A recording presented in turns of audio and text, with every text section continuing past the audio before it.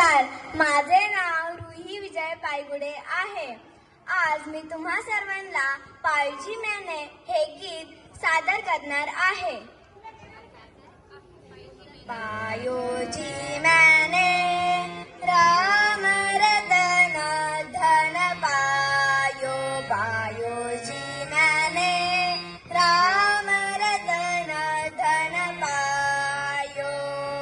वसु अमोलिक दी मेरे सद्गुरु, वसु अमोलिक दी मेरे सद्गुरु.